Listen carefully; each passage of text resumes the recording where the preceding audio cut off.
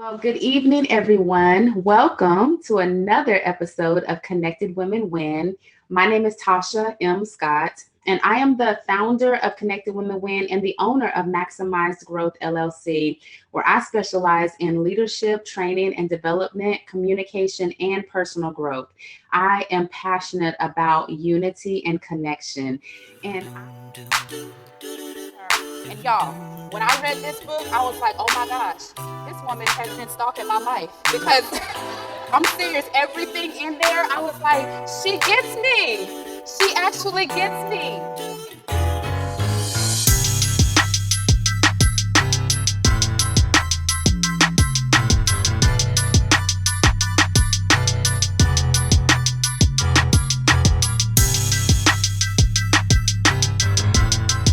I am here. Yes, I give myself permission.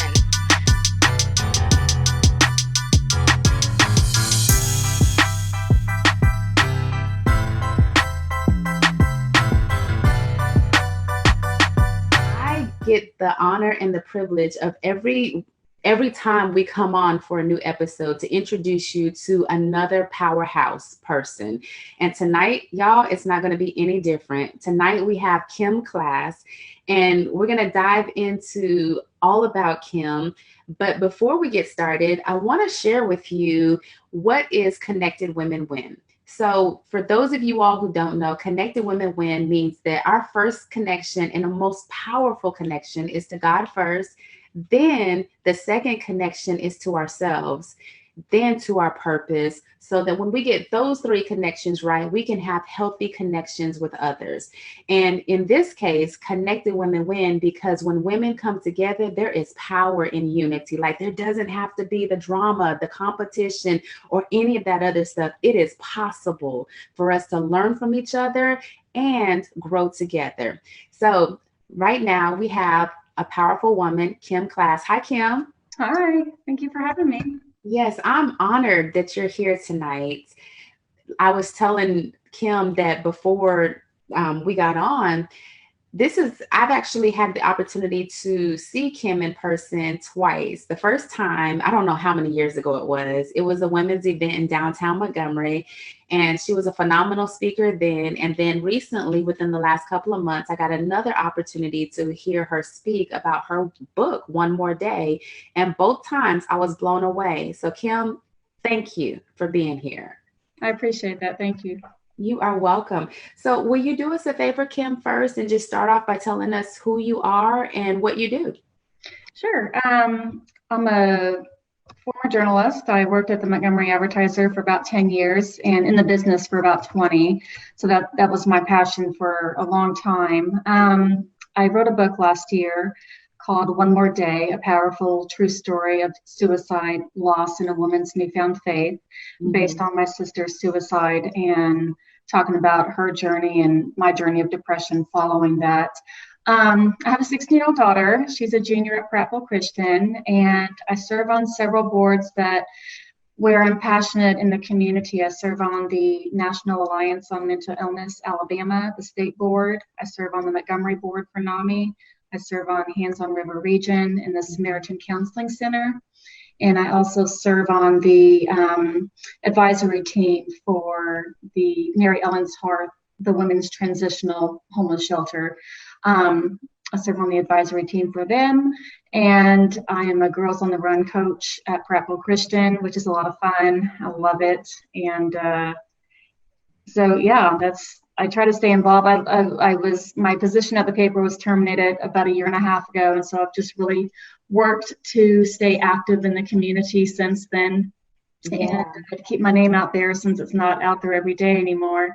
And it's just really helped me focus in on what I care about and the passions and advocacy that I want to pursue. So. Wow. Wow.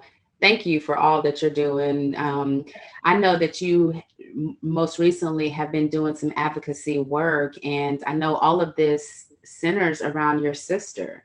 Yes. So tell us about your sister and this advocacy work and why it's so passionate to you. Sure. My sister she was just the light that entered every room, and Mhm. she was fiercely independent and strong, and she was a mother and a wife and a sister and a daughter. And she also suffered from depression for many years since she was a teenager.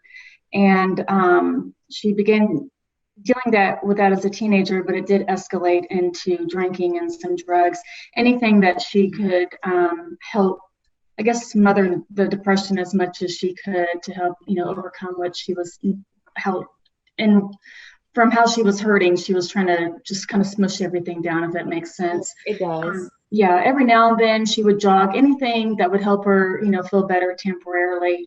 But she did take her life in October of 2015. The depression just took over, and my advocacy work is important to me because I want other people to find hope in their lives. I want people to understand that we can overcome not obstacles, because that's the wrong word, but just that we can simply overcome anything that comes our way. And I want people to know that there are others out there just like them. There are other mental health advocates like myself out there wanting to help them and reach out to them, and help them with whatever's best for them in their situation, whatever that might be. And I just really want people to know that they're not alone in whatever they're facing. So, Yeah.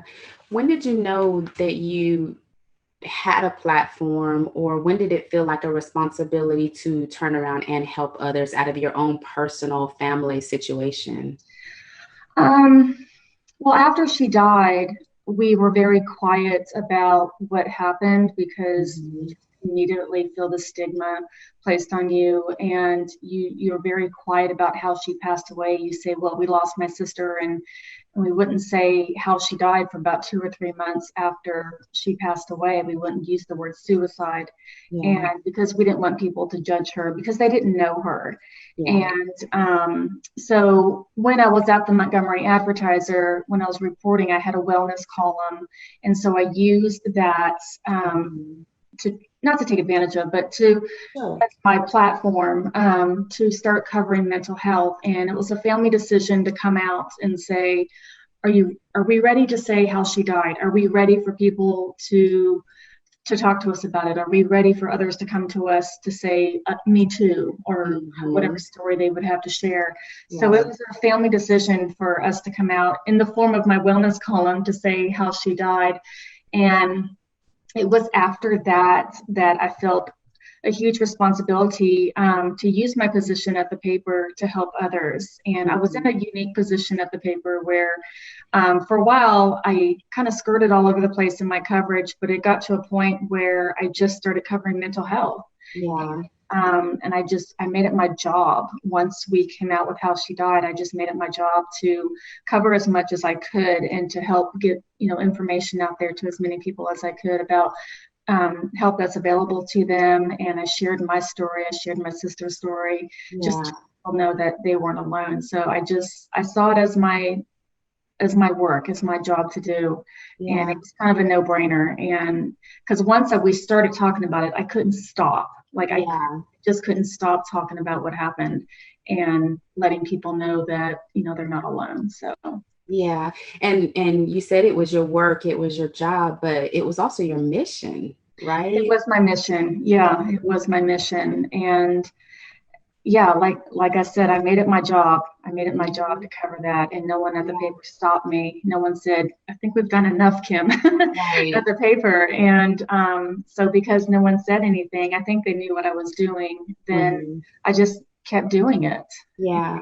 Um, and so when I wrote this book, I was asked a long time ago, well, not too long ago, a few months ago, what my mission was with Mhm. my work. And it's to erase the stigma surrounding mental illness. Wow. It's to continue the conversation surrounding mental health, Yeah. and to let people know that it's okay to not be okay.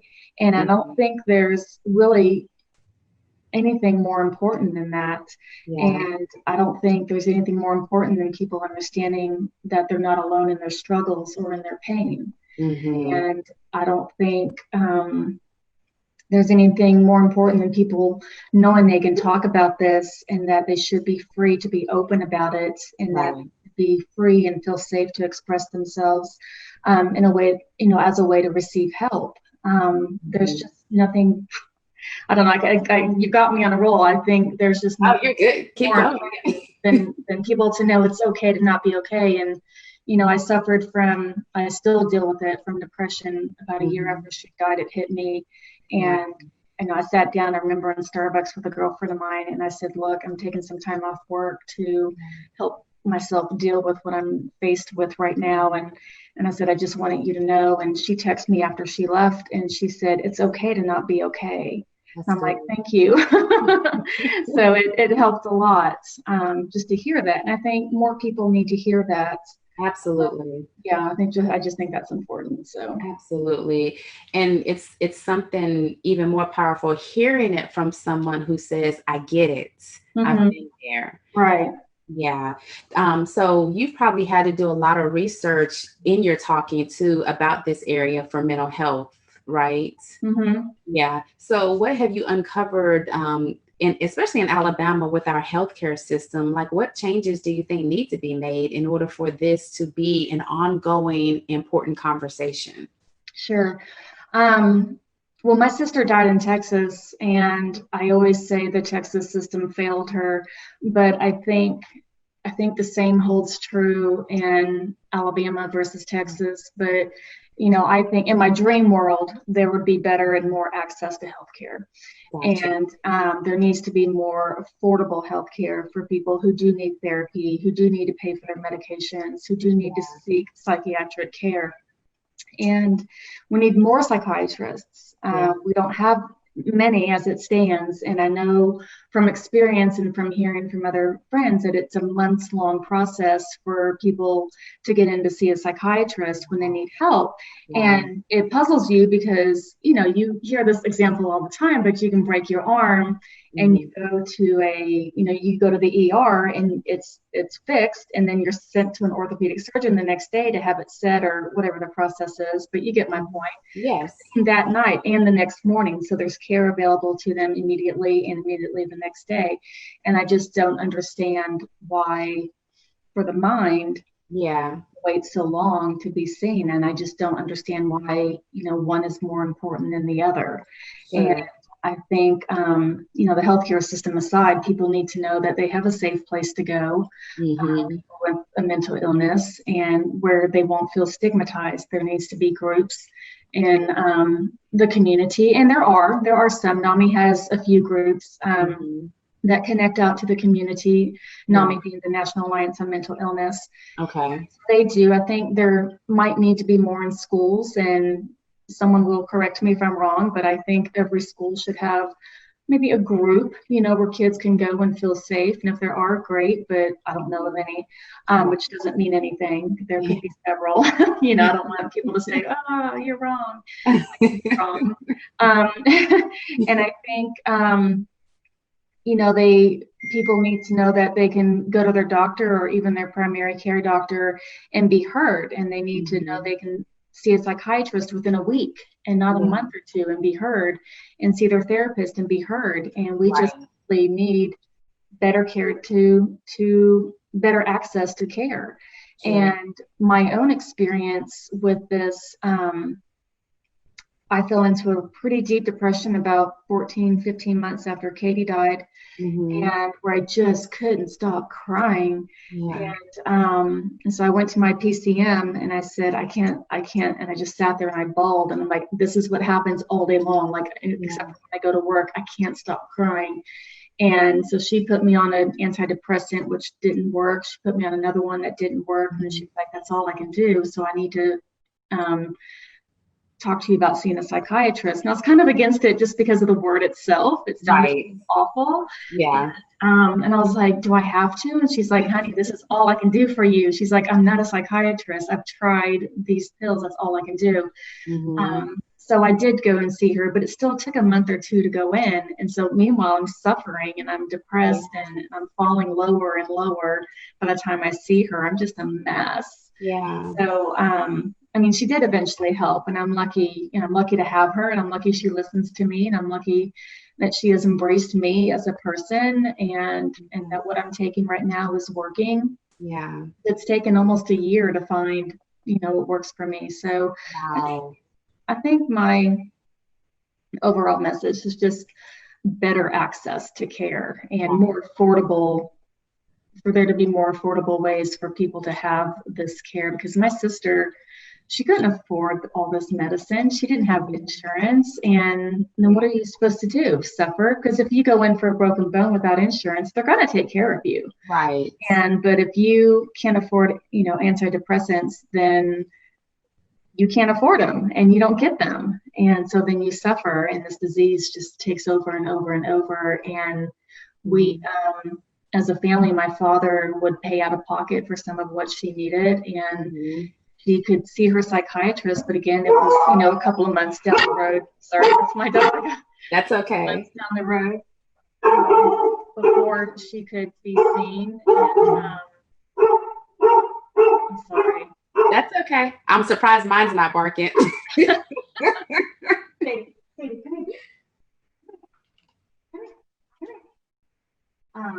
So it was always a couple months before she could be seen, and that it just hurt her in the end. So, yeah. Wow.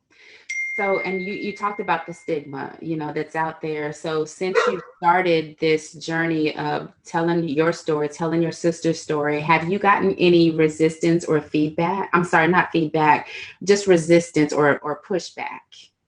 No, I haven't. And that was very encouraging to not receive any resistance from anyone as far as sharing about my sister and sharing about, because I did share in the paper also about my own suffering and my own journey. I took the sabbatical from work and I wrote about that. I never wrote about anything unless I thought there was some kind of like life lesson along the way, or I felt that people, like, I think people can relate to this. I'm going to write about this, not because I want people to feel sorry for me, because that was never the point. Sure. The point was for people to hopefully learn they weren't alone in their struggles. So just the opposite happened. I received tremendous support from the community. Thankfully, because they could have gone the other way. They could have said, who cares about this? It's all in your head. And, they could have been very cliche about it. But this community is pretty strong in their efforts to tackle mental health and try to make it better. They're doing a lot of great things, and NAMI does a lot of great things. The Samaritan Counseling Center does a lot of great things to try to combat this.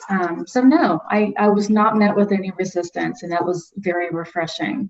I did have one person who I'm not in contact with anymore, which generally is how it happens, said that, oh, you're not the only one who feels like this. You're not the only one who's gone through something like this, and quit making it sound like it's the worst. And I'm like, I've never done that. And so we're not friends anymore. Yeah. Because he missed the whole point. And that was kind of hurtful.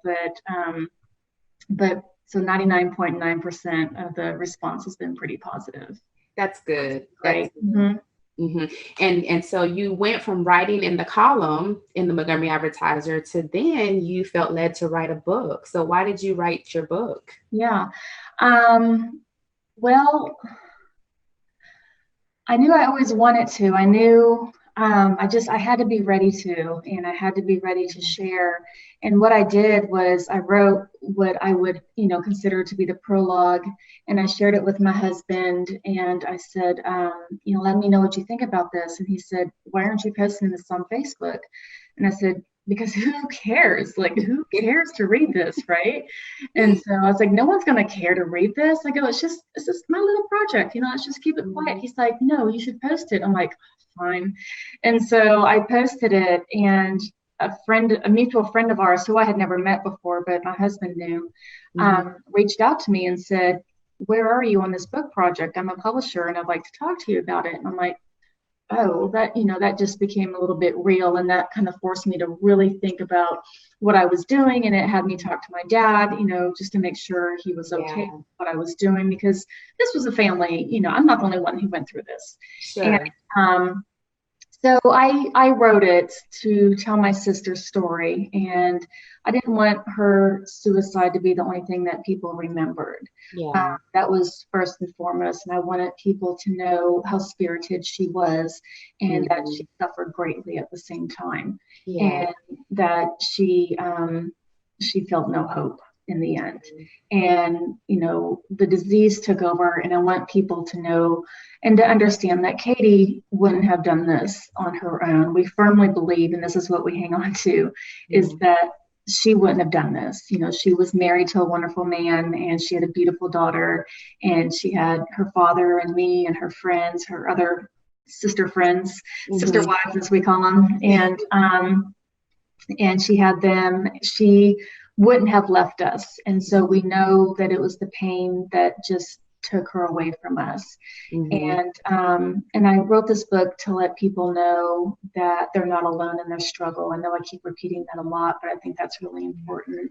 And it's very important. And I shared not only our heartache and over losing her, but my own journey with grief and depression. The depression I mentioned that I still deal with. And I wrote it for families who are called survivors of suicide, is what we're called, our suicide survivors. For those who have lost someone, for them to know that they're not alone in their journey, and to know that their feelings are validated. Because sometimes, I've had some people read my book and say, yeah, that's what we've been feeling. And, it's nice to hear that someone else is going through it too, and that they're not alone. Yeah. I wrote this for people who have also contemplated suicide, kind of for a twofold reason. One, I want them to see what a family goes through when they do lose someone to suicide. Right. It's very painful, and it hurts so much, and it still hurts today. But I want them to let them know that there's help out there. There's resources in the back of my book where they can receive help. But I mean, there were a couple times in my darkest moments where the pills weren't working that, I would think, wonder what would happen, or I wonder how fast I would die if I ran out in front of this car, when I was on the morning run, things like that. And I'm like, I wonder how fast I would die if I did this, or if I did that. And then I would get my therapist in my head. She'd be like, why are you thinking this? Why are you doing this? Why are you doing that? I'm like, okay, never mind. And I was like, I don't want to answer all these questions. But then I thought of my daughter and everything that we'd been through since Katie died. And I knew that I couldn't put my family through that. And so I've never tried anything. I've always just kind of wondered here and there. And it's nice not to be there anymore. And so people, I wrote this for people to know that there is light at the end of darkness. There is a light for them. And I think that's important, during their darkest days, to understand that things will get better. Yeah, I so appreciate your honesty and your transparency and telling this story, because you're right. People need to hear this. So, you hear this. I see the post and the memes on Facebook all the time that says, check on your strong friends. Check on your strong friends. Yeah. Yeah. What advice would you give to someone who does need to check on their friend, but how do they need to check on them? It's simple. You say, how are you doing today? And when I was at my lowest, my husband, and it was really only my husband and a couple of my best girlfriends, 2 or 3 of my girlfriends, who I would tell. And so they would just say, how are you doing today? And how can I help you today? What can I do for you today? Do you need to talk today? Can I help you by picking up groceries today? Or have you left the house today? Can I take you to lunch? And I mean, it's very simple things that you can do to help someone, but mainly they want to know that they're heard, and that that they can come to you, and that you're a trusted friend that they can talk to. They want to be believed. That what they're going through isn't just in their head or anything like that. So I think, for someone who does need to check on their strong friend, I think just saying, I'm here for you. I'm here for you, and I want to listen to you. And, sometimes there's this app online, or this app called Voxer. I don't know if you've heard of Voxer. I have. We can leave like these lengthy messages. And so sometimes I use that with a couple of my girlfriends, and I'll just say, like one time I left my psychiatrist's office like a month ago, and I just left her a message knowing that I could. Right. Falling because she increased the dosage for this and doubled that. And I thought I was going to be going down on my dosage, and I just cried and cried. I'm like, I don't like this, and blah, blah, blah. And I was really upset. But I knew that I could do that because I had a trusted friend to go to who's not there to judge me, who's just there to listen to me. And I think that's what people need, the kind of friend that people need to be to someone, to their strong friends. That's good. Let them know that I'm here for you. I'm not here to judge you. I'm just, and all I needed was for her to listen to that message. And she left another one back because she knew I wasn't in the mood to talk, like for real. And she left me a message back, and that was all I needed. Sometimes that's all you need is to say, just listen to me, just hear me for a second. And so that's a pretty good way to let them know that you can be there for them. And did you have to have a conversation with them, with your strong, I keep saying the strong friends. Okay. Yeah. You have to have a conversation with them to let them know what was going on, so that when you did do something like leave a Voxer or have them check on you, they knew what was going on. Yeah, they usually know. They'll ask, when's your next appointment? Or they'll ask, how's the medication working? How's the increased dosage working? Are you feeling better? So they're always good at following up with things. Yeah. There is a group text, a group that I will text just saying, look, it's been a rough 2 to 3 days, and I've been really low the last 2 or 3 days. The meds aren't working, and I'm just not doing good. So I need your prayers, and I just need all the energy and prayers that you can give. And so although they'll know not to call, they'll just text back and send whatever prayer, and or if they do call, I'll let the message get it because I don't feel like talking, and they understand that. I forgot the question. I just started rambling. No, you're doing good. I was asking, with your close friends, if you had to have a conversation with them about, how to check on you, when to check on you, all of those different things, so that they knew to be there for you. Yeah, they know. Okay, yeah, like I said, they know when my appointments are. They know if I'm feeling low, what I call it low. I don't know what other people call it, but if I'm feeling low for 2 or 3 days or 4 days, I'll send out a group text. I'll tell my husband, and because it goes up and down all day as it is, so it's no use talking about it every day. But if it's a straight low for 2 or 3 days, they'll get a message. I'm like, I need some support here, and maybe I can call tomorrow. Now, the person that I need to give props to is my daughter, who sees it all. She's 16, and when mom's sitting out on the porch with a glass of wine, she'll come out at night. She's like, "Are you okay?" And I'm like, "I'm okay, just having a bad day." And so she deserves a lot of credit for really seeing me at face value, and trying to understand what mom's going through, and just being there as much as she can. She deserves a lot of credit for that. She's pretty amazing. So yeah. And you said she's 16. She is. Yeah. She just turned 16 on Sunday. Yeah. And how important do you think it is to be honest with kids? Oh, I think it's very important to be honest, because I expect the same from her.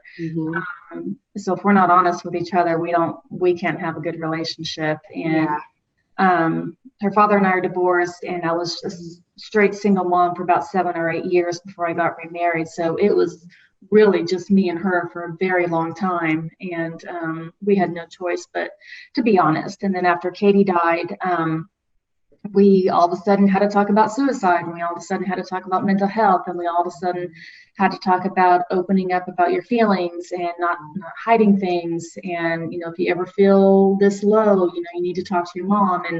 And so we've had a lot of really hard conversations.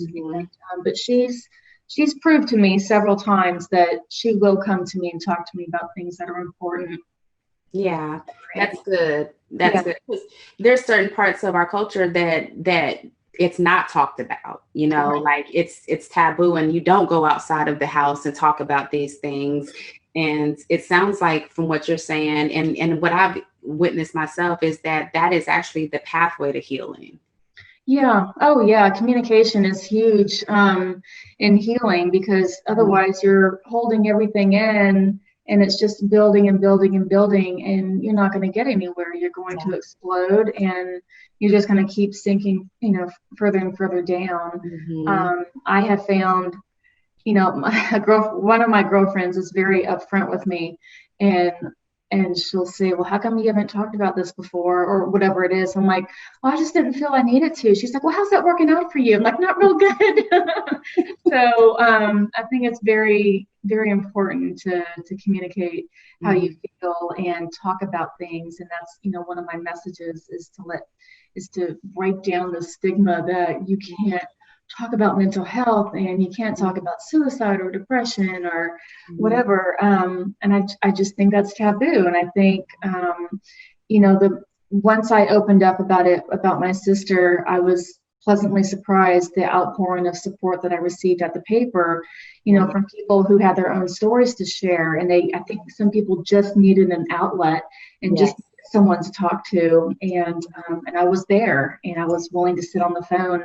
I mean, good grief. Sometimes it felt like I was a therapist sitting there at the paper, and I'm like, I'm going to share my experience with you, but I'm not a therapist. And but I heard some stories from some people in the community that would just blow your mind as far as, their mental illnesses and what they're facing with their family. So yeah, communication is very important. People need to be heard. Yeah. So with this mission for you actually do you feel like it was, and I don't mean this in a bad way, but do you feel like it was a responsibility that was entrusted to you? I feel a little bit, yes. And I feel I had a platform at the paper at that time, used my work as a way to reach out to other people. And like I said, they never stopped me. They never stopped me from all the mental health coverage. And, anytime they were like, what are you working on today? I'm like, oh, there's this great, program going on, mental health, blah, blah, blah. They're like, okay, Kim, I got another one. Okay. And I think they just kind of gave it to me because they knew where my head was. But I think, I've always been like that though. When my mom died of breast cancer when I was 17. Okay. And at the paper, again, I would use my position for years to bring awareness to breast cancer. And when I turned 37, which was my mom's age of diagnosis, I ran in like 4 or 5 Komen for the Cure runs. And I did that like around, like in Louisiana, Mississippi, and I hit one in Birmingham, one in Shreveport, one in Georgia. And I blogged about it, and I took photos, and I wrote articles about it, because I was like, this is what I'm going to do to give back. And I was like, this is what I'm going to do to advocate. And so I saw it as my mission, if you will, to do for my mom, but also to educate other women and to show, this is what I'm doing. And so many women came forward with their own stories. And after that, it was just one project after another. And so after my sister died, I think after a while, I took advantage of the platform that I felt God gave me to push forth mental health coverage. And I think it made a difference. At least I hope it did. Yeah. And you've been talking about the book. So what's the title of the book? The title of the book is called One More Day, a powerful true story of suicide, loss, and a woman's newfound faith. And for those that are watching it, where can they actually purchase your book? They can contact me at kimklass@gmail.com, or they can find me on Facebook, LinkedIn, Twitter, and tell me they want a book, and I'll sign it and send it off to them. I'll explain payment, process to them. Or they can find it online in Barnes & Noble, or they can find it on Amazon. Love it. Love it. And you're also going and speaking on this as well, because that was the last couple months ago. I saw you at the Rotary Club. Yes. And powerful, powerful talk that you gave about this. So where all will you be speaking? I will be speaking at the National Alliance on Mental Illness, the Mobile chapter on August 19th. They have an educational meeting every month, and they asked me to come down to speak at their August 19th meeting.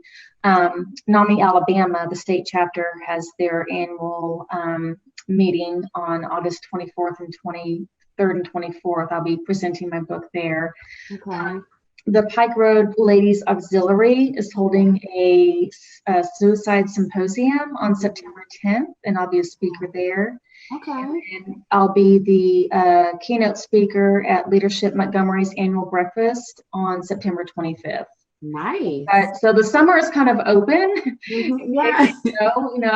We've got a big trip this month, but July is pretty open, which is kind of nice because come August and September, we're pretty busy. So yeah.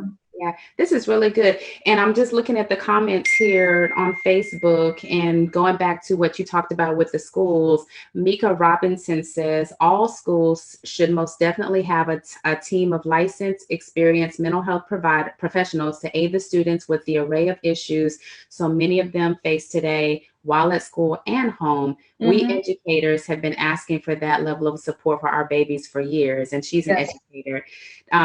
Is that something that you mentioned it earlier, but is that something that you're actively in works trying to do now, get into the schools? No, but maybe I should if she said that.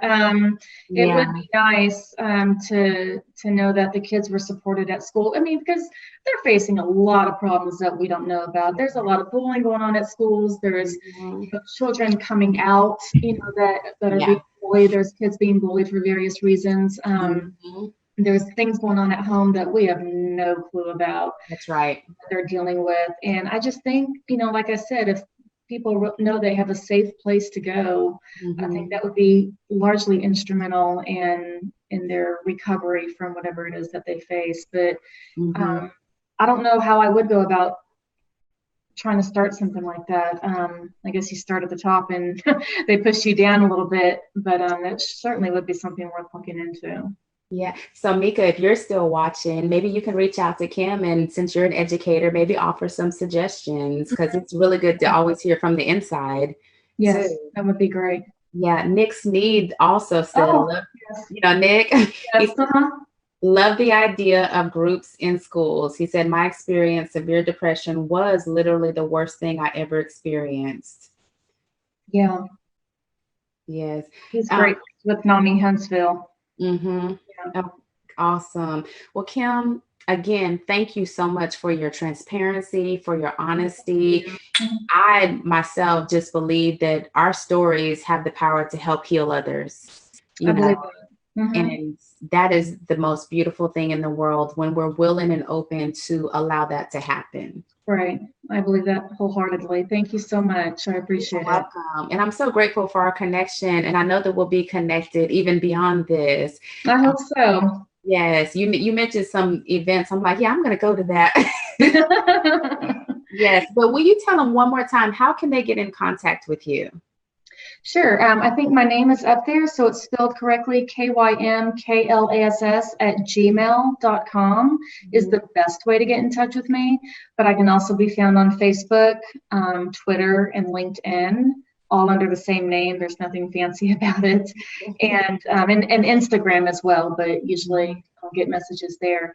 And then, so that's the best way to get in touch with me. But my book can also be found on Amazon and Barnes & Noble websites. So. Awesome. Well, ladies and gentlemen, thank you once again for watching. If you're